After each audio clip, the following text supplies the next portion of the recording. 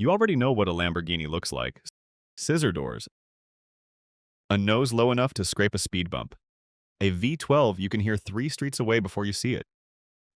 In 2025, the company sold 10,747 of them and pulled in roughly 3.2 billion euros doing it. That's a record. Third straight year past 10,000 cars. That's the version everyone carries around in their head. Exotic Italian engineering, impossible speed, a badge that means you've arrived. Now forget that car for a second. Picture a different machine entirely. A squat, unglamorous tractor built out of parts stripped from wrecked army trucks, rolling out of a small workshop in the Italian countryside in 1948.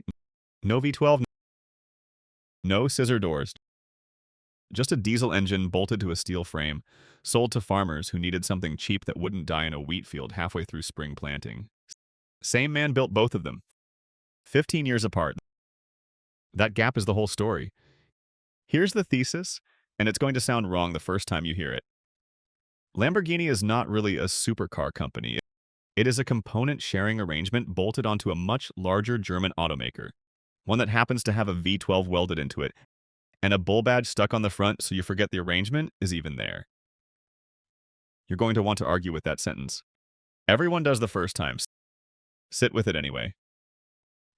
By the end, you'll see exactly how much of this company's survival, not its founding, its survival, depends on that arrangement, and how little it ever depended on the romance. Because here's what the myth conveniently skips. Ferruccio Lamborghini didn't set out to build the greatest sports car company on earth. He built it almost as an afterthought to embarrass a man who'd insulted him over a clutch. And for the next 35 years, the company he built to make that point nearly went bankrupt or changed hands roughly once a decade. 1978, 1980, 1987, 1994, 98. 5 ownership events in 20 years is not a success story. It's a company that kept almost dying and kept getting bought anyway because somebody, every single time, could see something in it worth saving. What were they seeing? Not the tractors. Not even really the cars. Hold on to that question. You'll need it later.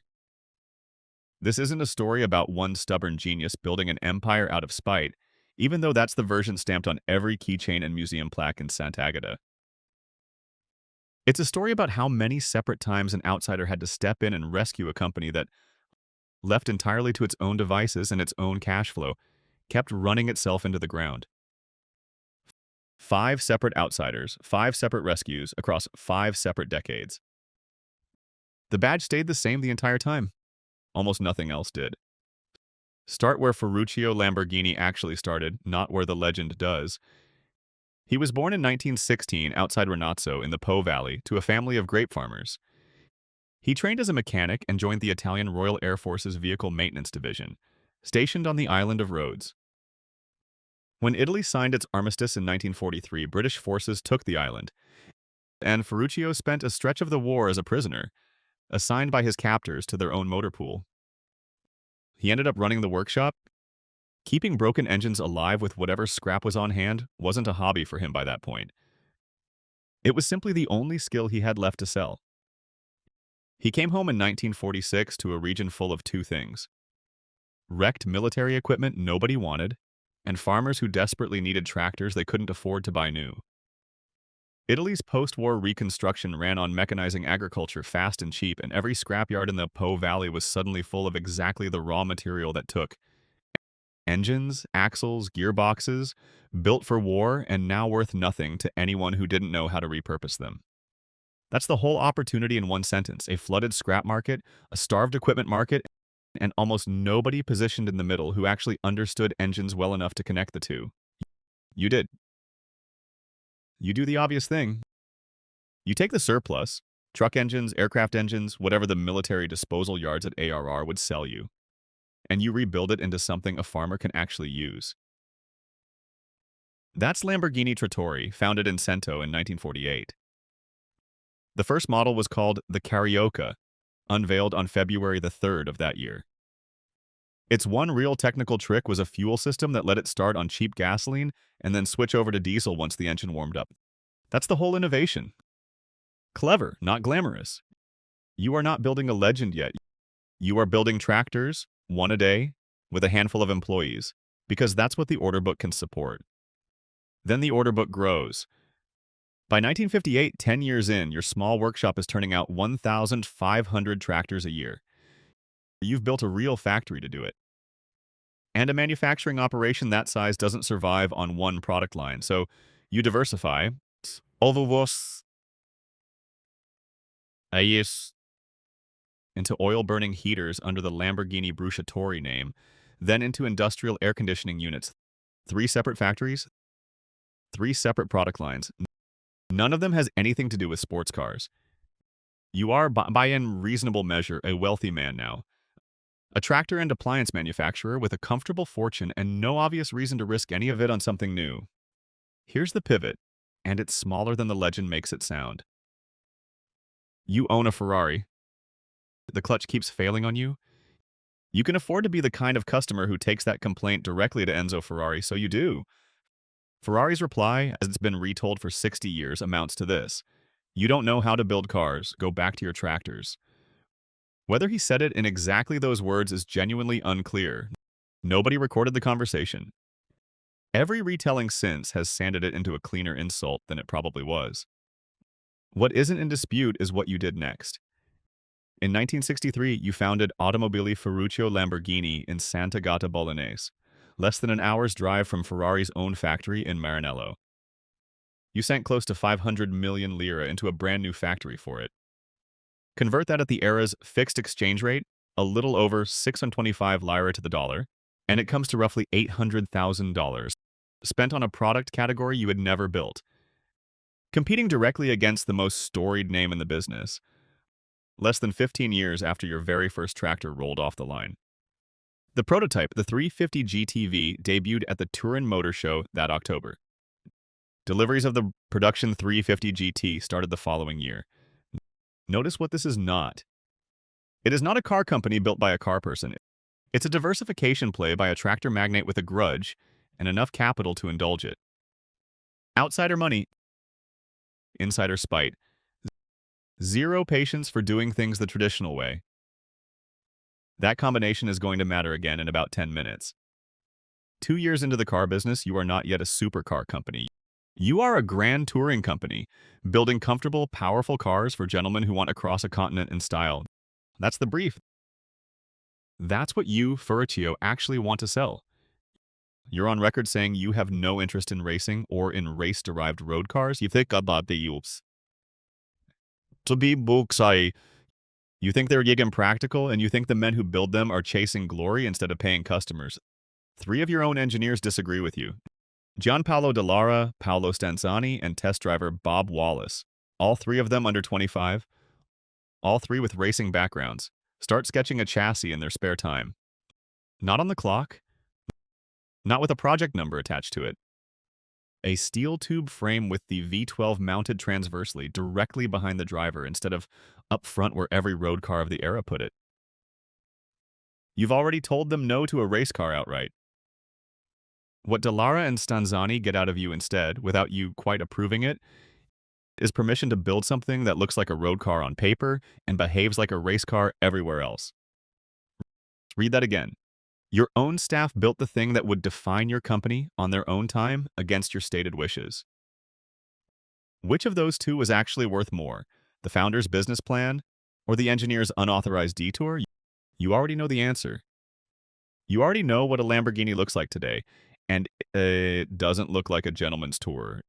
It looks like the thing 3 20-something engineers built after hours because nobody stopped them in time. The bare chassis went on display at the Turin Motor Show in 1965 with no body on it at all. Just the mechanical layout sitting there under the lights for the press to walk around. It stopped people cold. Nobody had seen a road-going car engineered like a racing car before, not for sale to the public. A year later, at Geneva in 1966, the finished car arrived wearing bodywork by the coach builder Bertone, and it finally had a name, Miura. Low, wide, impossibly close to the ground. It's now widely credited as the first car built in the shape we'd eventually call a supercar. Engine amidships? Silhouette low enough to duck under a garage door, built to be looked at as much as driven. The name wasn't picked at random, and it's worth pausing on, because it's the moment your badge gets invented too. 3 years earlier, in 1962, you'd visited a ranch outside Seville belonging to Don Eduardo Miura, a breeder of fighting bulls famous across Spain for their aggression in the ring. You were born under Taurus. When a local designer, Paolo Rambaldi, asked what best summed you up, you reportedly answered in dialect that you were stubborn as a bull. So the charging bull became your company's badge in 1933, and Miura's bulls became your naming convention going forward. The car, and eventually most of the cars after it. The badge on the hood of every Lamborghini sold today traces back to a rancher's herd, not to anything mechanical at all. Keep that in mind for later. It's not the last time in this story that the symbol turns out to matter more than the substance underneath it. Do the arithmetic on how much you were actually risking. Your company was 2 years old. 2. You'd already committed roughly $800,000 to a factory for a product line you'd never built before this one. Now you were staking the company's entire technical reputation on a configuration no other manufacturer sold to the public, a configuration your own founder didn't think customers wanted. If it flopped, there's no second unauthorized prototype coming. You get a cash-strapped tractor company that made one expensive, forgettable detour into cars and then quietly went back to heaters and air conditioners. It didn't flop. Orders arrived faster than the factory could build the cars. But notice what actually happened here, because it matters for the rest of this story. The company's defining product wasn't the founder's vision, executed well. It was the founder's vision overruled by employees who understood the market he was selling into better than he did. Keep that in mind the next time somebody tells you a legendary brand was built entirely on one man's genius. Wind forward to the end of the 1960s. Lamborghini is not just an automaker anymore. The tractor business that funded all of this is still running in parallel, still generating cash, and it's about to hand you the hardest decision an owner in this position ever faces. Do you fund growth entirely out of your own pocket and keep total control? Or do you take on outside capital and accept that you might not be the one steering the company you built? Here's the case for staying independent. You keep every decision. Nobody on a board second-guesses the next Miura or the next radical thing your engineers want to try after hours without asking. Profits, when they come, are entirely yours. For a company whose one real competitive edge was moving faster and stranger than the establishment, outside investors, cautious by nature, focused on quarterly numbers, are exactly the people most likely to sand that edge off. Independence protects the thing that made you interesting in the first place. Here's the case for taking the capital. Car manufacturing is brutally capital-intensive, and you're running two companies, not one. In 1970, a large tractor order to the Bolivian state, 5,000 units worth, collapsed when a coup toppled the government that placed it. 5,000 finished tractors sat on your factory ground with no buyer. That single canceled order, on top of a string of other soured deals in politically unstable markets, put real strain on the cash that had quietly been bankrolling the car side the entire time. Outside capital doesn't just fund expansion. Sometimes it's the only thing standing between you and running out of runway completely. You know which way this went because you know the ending. In 1972, you sold 51% of the automobile company to Swiss businessman Georges-Henri Rossetti. 2 years later, in 1974, the same year the Countach finally reached showrooms, you sold your remaining 49% stake to businessman René Leimer for roughly $600,000 and walked away from the company that carried your own name entirely. Neither choice here is wrong, and it's worth sitting with that instead of rushing past it. Independence would have kept you in the room for every decision that followed, for better and worse. Capital kept the lights on through a cash crunch you might genuinely not have survived otherwise. Plenty of founders facing this exact fork choose independence and regret it within a decade, starved of the capital a growing product line actually needs. Plenty choose the capital and regret that too, the first time a new owner overrules a decision they would have made differently. There's no version of this fork where you keep both the money and the control. Not one. Notice the shared consequence, because it's the same one every founder in this position eventually hits. The moment you take the money, you have permanently traded away the right to be the one who decides what happens next. Ferruccio Lamborghini found that out for good in 1974, in cash, on his way out the door. Here's a question worth sitting with before you go any further. Which is worth more to Lamborghini today? The bull badge on the hood or the parts bin it shares with Audi? Read that again because your instinct is almost certainly wrong. The badge feels like the asset. It's the thing on the merchandise, the thing tattooed on somebody's forearm, the thing that makes a car worth 6 figures instead of 4. But the badge didn't keep this company alive. The parts bin did. For most of its independent existence, Lamborghini lost money or barely broke even. Building a few thousand hand-assembled exotic cars a year is a genuinely terrible business on its own. The fixed costs of engineering a chassis, a drivetrain, and electrical architecture, cost a mass manufacturer spreads across hundreds of thousands of units, gets spread across a few thousand cars at most when you're independent. That math rarely closes. It didn't close for Lamborghini for 3 decades. What changed the math wasn't a better V12. It was ownership by Volkswagen Group through Audi starting in 1998. Once inside the group, Lamborghini stopped having to engineer everything alone. The clearest example is the Gallardo, launched in 2003. It shared its basic platform, most of its four-wheel drive system, its transmission, and eventually its V10 engine with the Audi R8, introduced in 2007. Audi got a genuine mid-engine supercar for a fraction of what building one from scratch would have cost. Lamborghini got its engineering bill for an entire platform split with a partner selling far higher volumes than it ever could alone. It didn't stop with one car. The Urus, Lamborghini's SUV, launched in 2010 on the Volkswagen Group's shared MLB Evo platform. The same underlying architecture as the Porsche Cayenne, the Audi Q7 and Q8, the Bentley Bentayga, and the Volkswagen Touareg. Its twin-turbo V8 is an Audi-sourced engine, not a Lamborghini one. 5 different luxury brands, 5 different price points, one shared engineering bill underneath all of them. None of those brands advertises it because shares a differential with a Volkswagen, undersells a car that costs several $100,000. But it's true, and it's the actual mechanism. And the group didn't just lend Lamborghini a platform. It funded the factory to build the third model line at scale, doubling the San Agata site from 80,000 to 160,000 square meters, doubling annual capacity to 700 cars, and adding roughly 500 new jobs, finished in 18 months on a budget running into the hundreds of millions of euros. Try financing that out of independent supercar profits alone. Nobody ever managed it before 1998. Look at what that mechanism produced. In 2024, Lamborghini posted revenue over 3 billion euros for the first time, 3.09 billion, with operating income at an all-time high of 835 million. In 2025, it went further still. 10,747 cars delivered, roughly 3.2 billion euros in revenue, an operating margin around 24%, and a workforce that had grown past 12,800 people.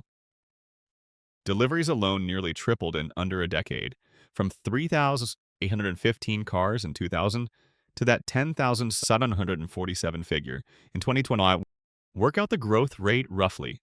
Tripling over 8 years lands you around 13 to 14% compounding every single year in an industry where most manufacturers fight for low single digits. Do the other division yourself too. 3.2 billion euros across 10,747 cars works out to roughly 298,000 euros per car. Call it just under 300,000. A 24% margin on top of that isn't a struggling boutique manufacturer limping along on badge value. It's one of the most profitable car brands on the planet, and it got there specifically because it no longer has to fund its own engineering in isolation. Now put that against what it cost to acquire the whole company in the first place. Audi paid $110 million for all of Lamborghini in 1998. In 2025 alone, the brand's revenue was roughly 3.2 billion euros. Call it somewhere around $3 billion at typical exchange rates. Divide it out. That's more than 30 times the original purchase price generated in a single year of sales before you even get to profit.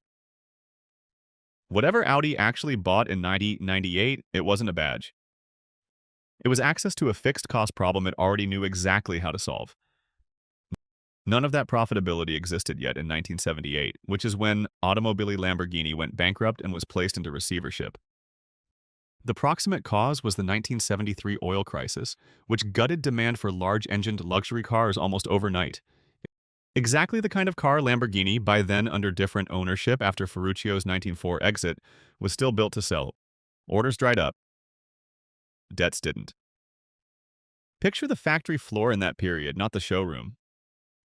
Production numbers in the leanest years fell to a handful of cars a month, built by a workforce that had shrunk to a fraction of its former size, waiting on parts suppliers who no longer trusted the company to pay its invoices on time. This is the part the badge never shows you. A famous name, an empty order book, and a payroll you can no longer meet, all sitting in the same building at the same time. You were not the only Italian exotic car maker the oil crisis nearly killed, and this matters because it means Lamborghini's near death wasn't a story about one company's bad luck. It was a structural event that took out competitors with the exact same cost base. ISO Revolta, a Bologna area rival building big V8 Grand Tourers at a similarly tiny production scale, closed its doors for good in 1904 and never reopened. Maserati, another low-volume Italian exotic maker barely an hour away, was abandoned by owner Citroën and pushed into forced liquidation in 1975, surviving only because the Italian state stepped in with a rescue. Same structural problem for all three companies. High fixed costs, low unit volumes, and a customer base that evaporates the moment fuel prices spike. Lamborghini's bankruptcy wasn't a fluke. It was simply the version of this story where you don't yet have a parts-sharing arrangement to fall back on. What followed reads less like a rescue and more like a decade of musical chairs. In 1980, French-Swiss brothers Jean-Claude and Patrick Mimron took over under court-supervised receivership, completing the purchase outright by 1984 for a reported $3 million. They didn't just stabilize the company, they expanded it, adding the mid-engine Jalpa alongside an updated Countach, then going further still with the LM002. A 2.5-ton military-styled off-roader built around a Countach V12, nicknamed the Rambo Lambo after its movie star looks, sold in 301 units between 1986 and 1992 to kings, dictators, and rock stars who wanted a supercar engine and something that could climb a dune. It sounds like a strange bet for a company that had just come out of bankruptcy. It worked. By 1987, the Mimrans sold Lamborghini to Chrysler for roughly $25 million. Do that math. 25 million divided by 3 million works out to a little over 8. The Mimrans turned every dollar they put in into roughly $8 back inside 7 years. Not from one smash-hit new model, but from stabilizing a company that had been circling the drain when they bought it. Chrysler didn't hold on either, though it did fund one more genuine leap forward. The Diablo, developed and launched in 1990, largely on Chrysler's money. The car that finally replaced the aging Countach. Then, in 1994, Chrysler sold Lamborghini for roughly $40 million to Megatech, an Indonesian-Malaysian holding group tied to the family of Indonesia's president. That ownership lasted 4 years, and it didn't end because of anything Lamborghini itself did wrong. In 1997 and 1998, the Asian financial crisis tore through Indonesia's economy, and Megatech simply couldn't keep funding an Italian supercar maker's losses anymore. It sold Lamborghini again in 1998, this time to Audi for that $110 million already mentioned. 5 owners, 20 years, one bankruptcy in between, and one forced sale caused by a financial crisis on the other side of the world that had nothing to do with cars at all. That is not the biography of a beloved, stable institution. It's the biography of an asset everyone kept agreeing was worth saving without anyone quite figuring out how to make it pay on its own. There are 2 honest ways to tell this story, and they don't fully agree with each other. The version Lamborghini tells is the one on the museum walls in Sant'Agata. A self-made man, insulted by an icon, builds a rival out of sheer will and mechanical talent, and the company that bears his name goes on to define an entire category of car. It's not false. The tractors were real. The insult, in some form, was probably real. The Miura genuinely was revolutionary, and it genuinely came from 3 engineers who ignored their own boss. The version the numbers support is quieter and a little less flattering. A tractor fortune bankrolled a vanity project that nearly failed on its own within 15 years. What actually saved it, long after Ferruccio himself had cashed out and walked away, was 5 changes of ownership, 1 bankruptcy, 1 off-road curiosity that happened to sell, and, eventually, absorption into a company big enough to make the fixed cost math work. A company that now captures a meaningful share of the profit every single time you buy the badge instead of understanding the engineering underneath it. Both readings cost you something. The Founder's Genius version cost you an honest look at how close this brand came to simply not existing anymore more than once in more than 1 decade. The Numbers version costs you the romance. The idea that a badge this expensive is really about anything as pure as one man's grudge against Enzo Ferrari. There's a succession problem buried in here too, and it's easy to miss because there's no dynasty left to argue about it. Compare this to a family-run luxury house that stayed private for generations, passing control down through children and grandchildren. Lamborghini has none of that. Ferruccio cashed out completely in 1974, took his roughly $600,000, and by most accounts never owned another share of the company that carries his name. There was no third generation to hand a supercar empire to because the founder himself walked away from it decades before it became one. Whatever the brand is worth today, none of it flows back to his descendants through ownership. That's the price of taking the capital all the way to zero. There's a third cost too, and it belongs entirely to the current owners, not to Ferruccio. Dependence cuts both ways. In 2008, Volkswagen Group got caught rigging emissions tests on diesel engines, a scandal that had nothing whatsoever to do with Lamborghini, which doesn't sell a single diesel car. The cleanup still cost the group more than $30 billion in fines and settlements, and in the scramble that followed, VW openly discussed selling off its smaller luxury brands to raise cash, with Lamborghini's neighbors Bentley and Bugatti named as the most likely to go first. Lamborghini kept its funding. It also learned, in real time, that being folded into a much larger balance sheet means someone else's legal exposure is now yours too, and someone else's board decides how much of next year's budget you actually get to spend. Is it repeatable? Almost none of it. You cannot recreate a returning war veteran with tractor manufacturing skills, a personal grudge against the most famous car company on earth, and 3 underpaid engineers willing to build a revolutionary chassis after hours for free. What is repeatable and what every acquirer since 1980 has quietly been betting on is the back half of the story, that a distinctive, emotionally loaded brand, folded into a company with the balance sheet to fund it properly, can be turned profitable almost regardless of how badly it started. Which brings you back to where this began. Lamborghini is not really a supercar company. It never entirely was, even at the start. It was a tractor manufacturer's expensive answer to an insult, kept alive across 5 decades not by the purity of that origin story, but by whoever, each time it nearly died, could see the value in what the badge was attached to. The V12 is real. The bull is real.